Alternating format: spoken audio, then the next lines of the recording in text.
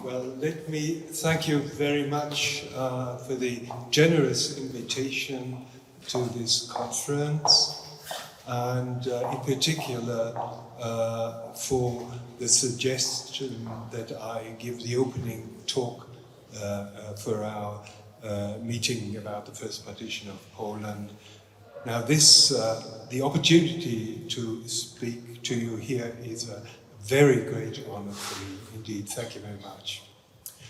Now, the partition of Poland in 1772 was a catastrophe. A catastrophe, of course, for the Polish-Lithuanian Rzeczpospolita, but also a catastrophe for Central Europe as a whole. Not only did it represent an arbitrary, internationally unprecedented act of violence, or as Edmund Burke put it, I quote, a violent dismemberment undertaken without even the pretense of right, but also, and perhaps more importantly, it occurred without any conceivable necessity. It cannot be explained as a rational reaction to an imminent crisis in European power relations, nor did it offer a solution to whatever crisis one may have in mind. On the contrary, while in the critical period of 1768 to 1771, it might have been relatively easy to accommodate the international tensions resulting from the current wars in Poland and in the Balkans, the partition treaties changed everything. Ever since 1772, it was clear that the competing interests of the partitioning powers would require a further dismemberment of the Rzeczpospolita. And in the retrospective, we will probably confirm the prediction made by Prince Heinrich in a letter to his brother, the Prussian King Frederick II, in March 1772. The newly established coalition between the petitioning powers, Heinrich claimed, would be in a position to, quote, dictate its rules to the whole of Europe. Now, this was somewhat exaggerated, but one can hardly deny that the long-term cooperation between Russia, Austria, and Prussia in Polish matters was to have a decisive impact on the fate of Central Europe, including the world of the German states, and that for more than a century to come. Now, how can we understand why and how that dramatic breach in the history of Central Europe occurred? Let me use the remaining 25 minutes to discuss some of the key issues in the debate in the Polish and in international historiography concerning the partition. I want to address in particular three questions, the following three controversial questions. Firstly, was the weakness of the Rzeczpospolita, the long decline of its political order and its state institutions, was that the actual cause of the partitions? Secondly, how and when was the Rzeczpospolita marginalized as a European power, ultimately unable to compete with the neighboring powers? And thirdly and finally, what happened in the course of the crisis that immediately preceded the partition of 1772? Who made it happen and for what reason?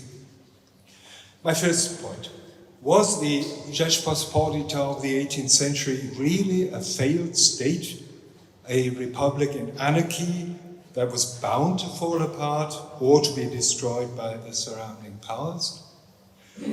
That hypothesis has found much support in historiography over the centuries, not least in the works of Polish historians of the second half of the 20th century.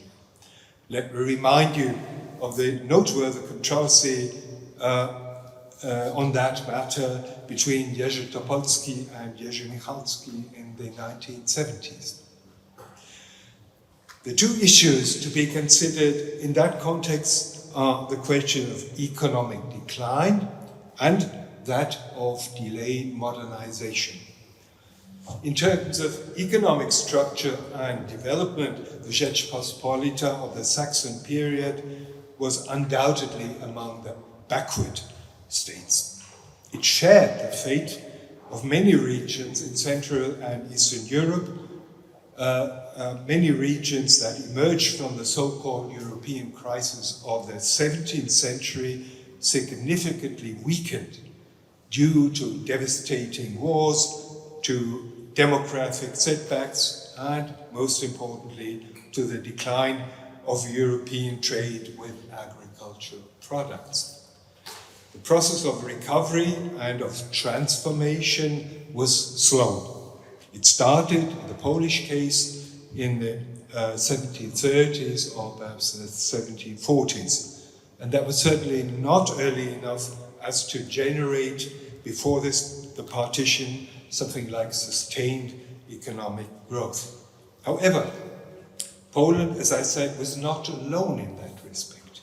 The future partitioning powers too belonged, at least partly, to the latecomers to economic transformation and modernization. Namely, the Russian Empire remained clearly more deeply trapped in pre-modern structures than the Rzeczpospolita, trapped in what Rousseau called barbarie féodale. And nevertheless, Russia proved perfectly capable of developing into a military power with overwhelming potential. Was it thus, after all, the question of Poland's incapacity to politically transform into what contemporaries called a well-ordered police state? Did the Rzeczpospolita fall because of anarchy, due to an allegedly bizarre political system and due to the Szlachta's or the magnates' unwillingness to reform the system? Cutting a century-long discussion short, I would just want to state the following.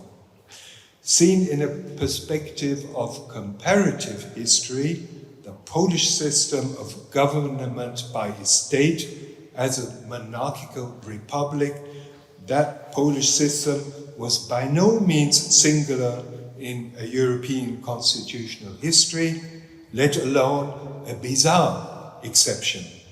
Furthermore, recent research over the last 40 years or so has also shown that the Rzeczpospolita's parliamentary system could, and at times did in fact, function quite efficiently, provided that a minimum of political consensus was maintained. In one word, it was not the liberum veto that paralyzed the Sejmiki and the Sejmy in the 18th century. Much rather was it paralyzed by the persistent political stalemate between competing centers of power, the magnate fractions, the court. That dilemma, in turn, had only partly to do with nobilitarian parliamentarism, and certainly not with aristocratic class interest, but it had very much to do with external factors, with the Rzeczpospolita's crisis of sovereignty, to which I turn in a minute. Before I do so, however, I want to put forward another argument in support of my claim that the decline of Polish statehood since the end of the 17th century can hardly be considered the main cause for the partitions. I want to argue that other European states too, even big players in the power games of the time, risked to be partitioned and dismembered, under the condition that their neighbors joined forces to achieve such a goal. This actually happened to Sweden's Baltic Empire at the end of the Great Northern War, It almost happened to the Habsburg realm in the Austrian War of Succession, and not least, it almost happened to Prussia in the 7 Years' War. The Anti-Prussian Alliance treaties signed in 1756 explicitly put forward the aim to deprive Frederick II's kingdom of Silesia and of Prussia, and, I quote, to reduce it to its original primitive state of a very secondary power, unquote. As we know, and as Frederick himself had to understand since at latest 1760, Prussia stood no chance to win that war on the battlefield. What accounted for the famous miracle of the House of Brandenburg was instead a mere coincidence: the unexpected death of the Russian Empress Elizabeth in January 1762, and the coming to power of Peter III, a blind admirer of the Prussian king. My second point: great power politics and Poland's crisis of sovereignty. This is, of course, Emanuel Ostrowski's term. Obviously, the Rzeczpospolita had become subject to massive pressure and political manipulation by the neighboring powers long before the 1760s. And most historians would agree that the said crisis of Poland's sovereignty started in 1700 in the Great Northern War, with Augustus II's unfortunate military adventures that led to foreign intervention and civil war in Poland, Lithuania, and with the ultimate Russian victory over Sweden that allowed Peter the Great to impose, after 1709, his own system of influence and control over the region. The question, however, is whether the catastrophic events of the Northern War already determined the further course of development until the Partition crisis. Was the Rzeczpospolita since 1716 or 1721, was it already doomed to become the victim of arbitrary dismemberment by the neighboring powers sooner or later? I would argue that on the one hand, there certainly was continuity in the three powers jointly pursuing what Klaus Zernak has called a strategy of a negative politics towards Poland. On the other hand, however, one should be cautious to suggest an entirely path-determined development towards the partition. Of course, there was at least one stable element in that process. That was Russia's determination and potential to maintain control over Polish affairs. The aim to prevent a re-emergence of the Rzeczpospolita as an independent power and thus a potential threat to Russian hegemony was to become part and parcel of the Russian foreign policy doctrine ever after Peter the Great.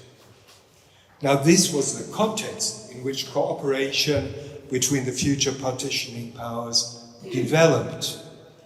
It first took shape on the eve of the penultimate Polish election, the famous Treaty of the Three Black Eagles of 1732, an arrangement explicitly designed to counter French influence in Poland and to establish a candidate of their neighbor's choice as a Polish king.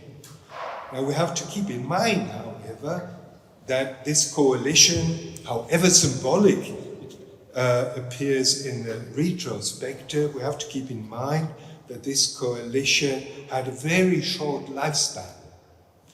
Already in the summer of 1733, when Russia and Austria bilaterally agreed to support the Saxon king, the Saxon candidate to the throne, thus openly disregarding the declared interests of their Prussian partner, the coalition fell apart. And for some time to come, it appeared rather unlikely, indeed, that it could re-emerge again. Why? Because more than by the events of the Polish War of Succession, relations between Austria, Russia, and Poland and Prussia were to be overshadowed by the Austrian Succession War, and in particular by the Austro-Prussian conflict over Silesia. Prussia's arbitrary conquest and annexation of Silesia did not only give reason for 3 Austrian-Prussian wars in a row, but it also led to a rather fundamental reorientation in Russia's European policy.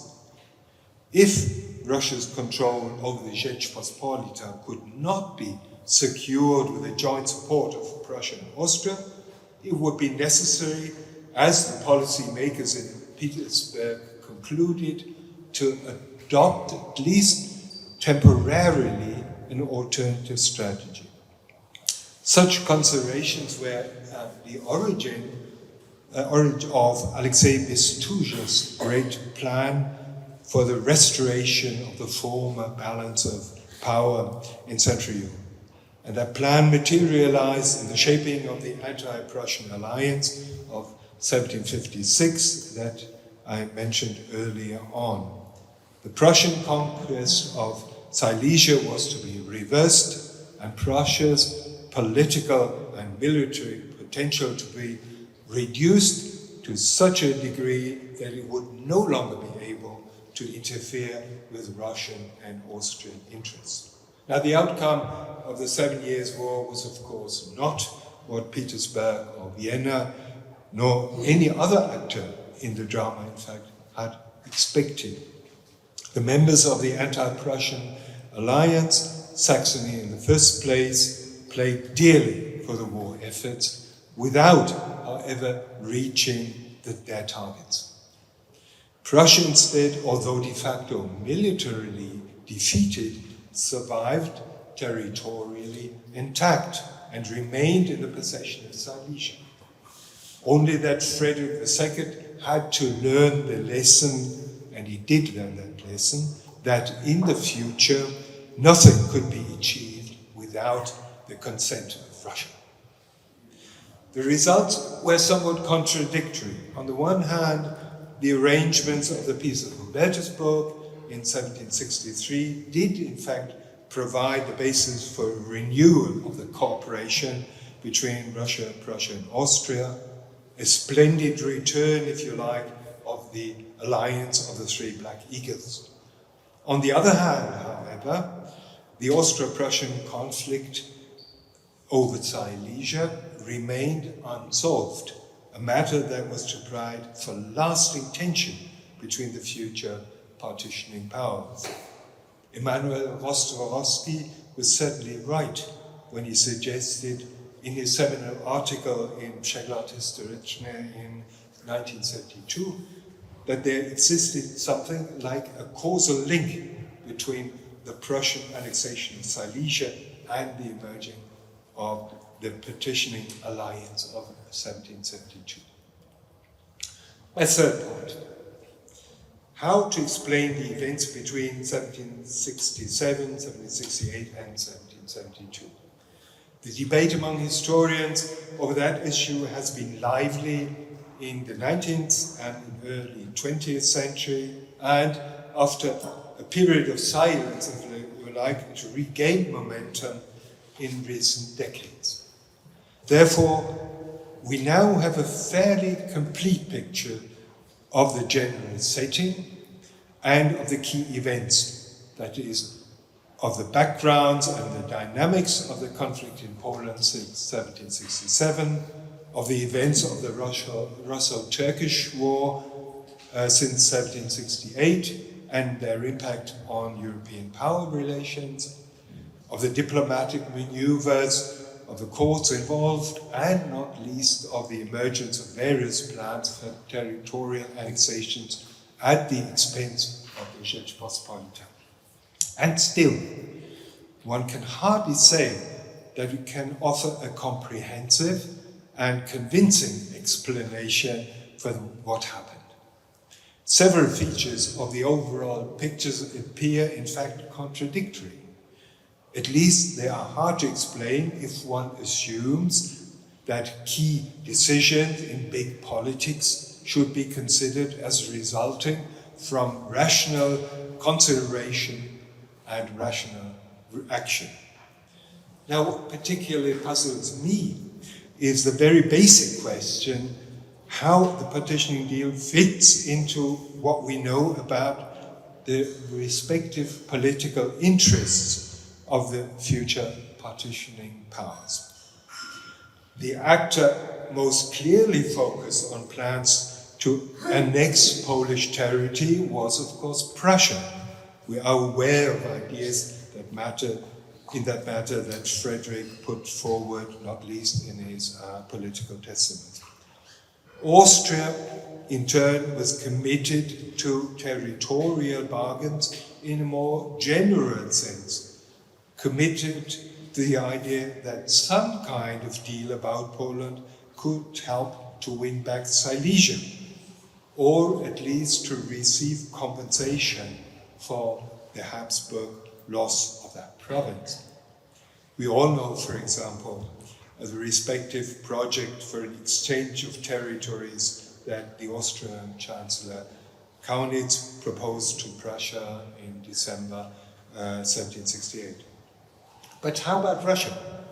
In Petersburg too, the vision of territorial gains at the expense of Poland had its supporters, but that did certainly not lie in the rational interests of Russia's politics in Central Europe.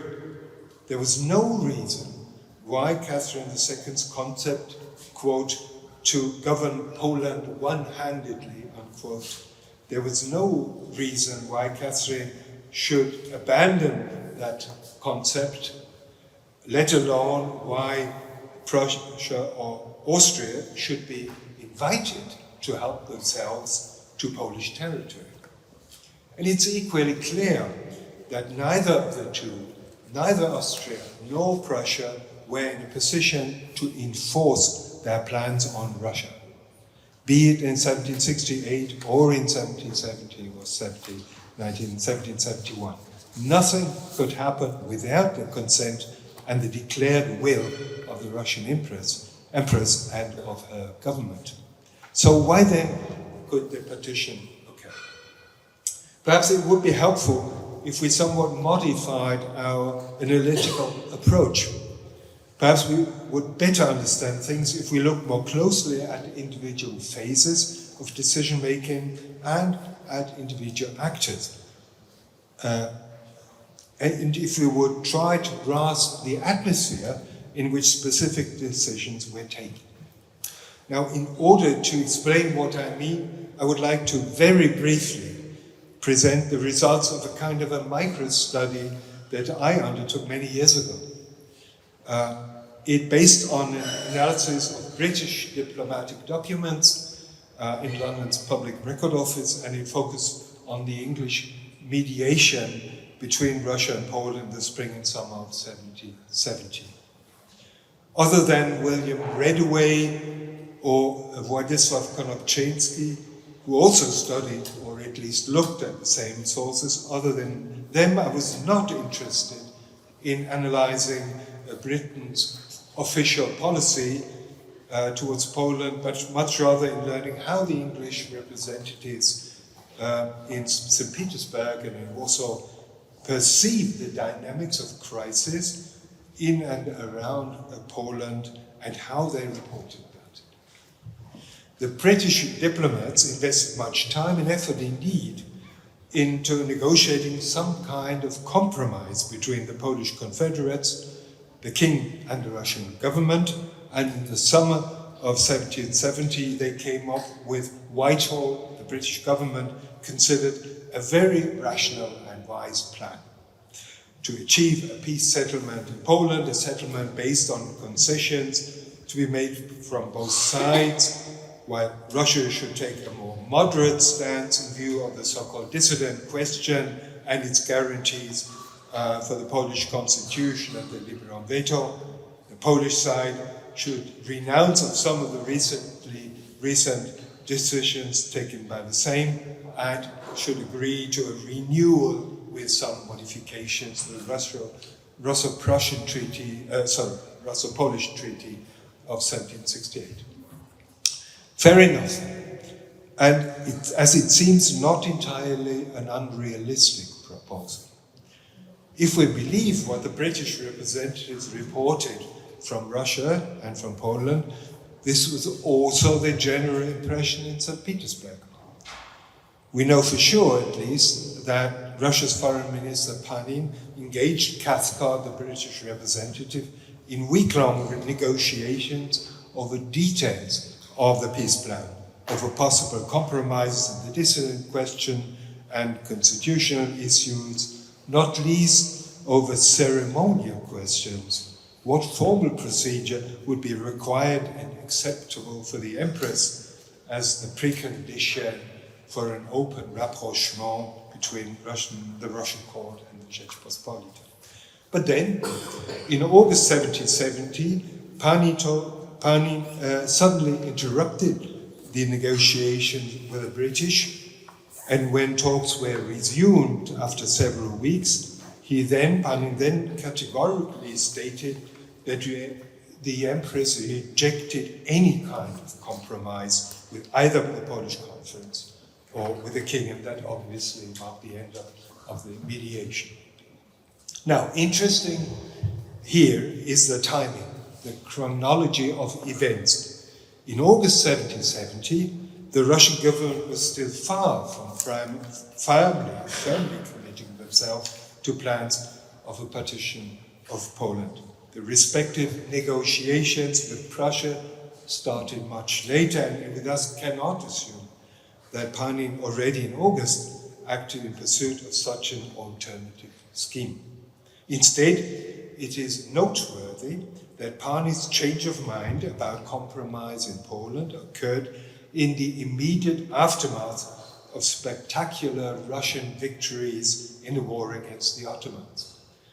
Russia's triumph over the Ottoman fleet in the sea battle of Cheshme in early July 1770, and Field Marshal Rumyantsev's rapid advance in the Danubian principalities after his victory in the Battle of Kahul at the end of the month of July.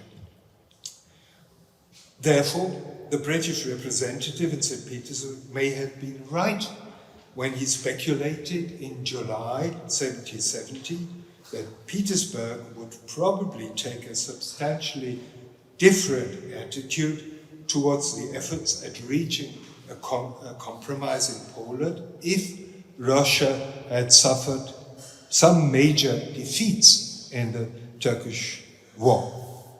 After Cheshme and after Kahul, however, the Empress and the Russian government seemed to be in a state of euphoria about the perspectives of further southern expansion of the empire, with the effect that the Polish question, so the suggestion of the British diplomats, with the effect that the Polish question temporarily lost its importance for Petersburg and, as it seems, disappeared from Russian side, at least for some critical months or perhaps weeks. Where does this lead us? Perhaps we have to take into account the eventuality that the partition occurred not as a result of some strategic planning and targeted action, but on the contrary, as a consequence of a lack of planning and of rational decision-making, as a mere operational accident in Russian foreign policy, if you like.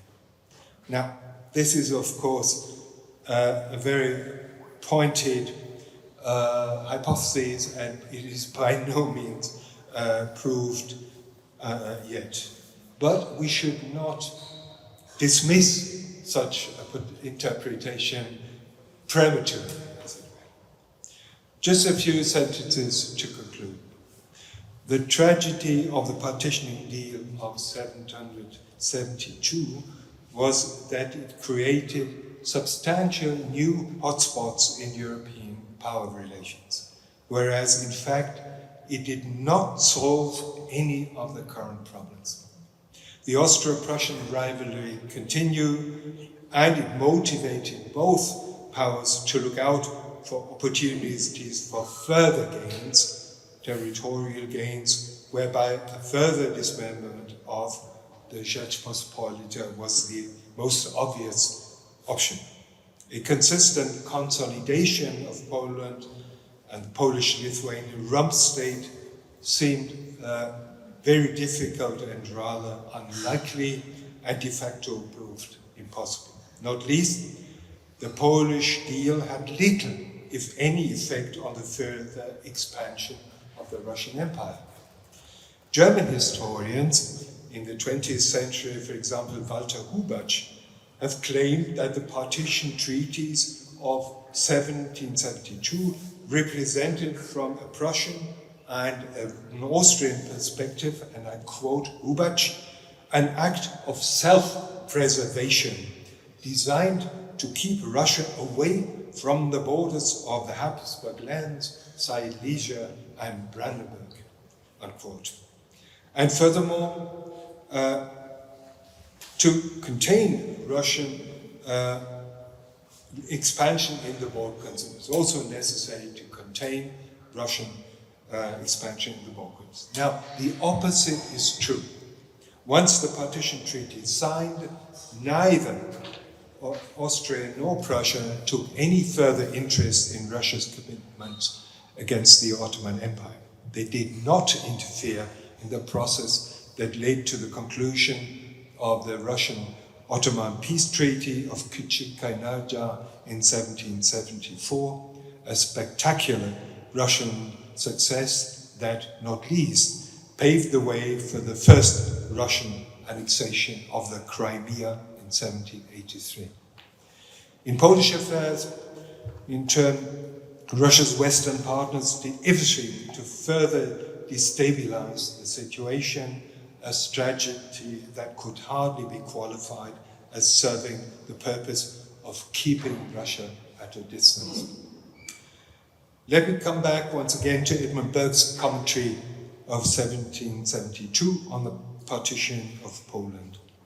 Burke argued that the arbitrary dismemberment of the Rzeczpospolita represented, quote, the first very great breach in the modern system of Europe, unquote, and that it resulted from, quote, the overwhelming power and ambition of Russia, unquote.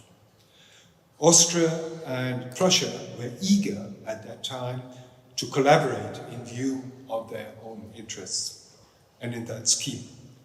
The political landscape of Europe in the 19th and 20th century might have perhaps have taken a different shape if they had not done so. Thank you very much.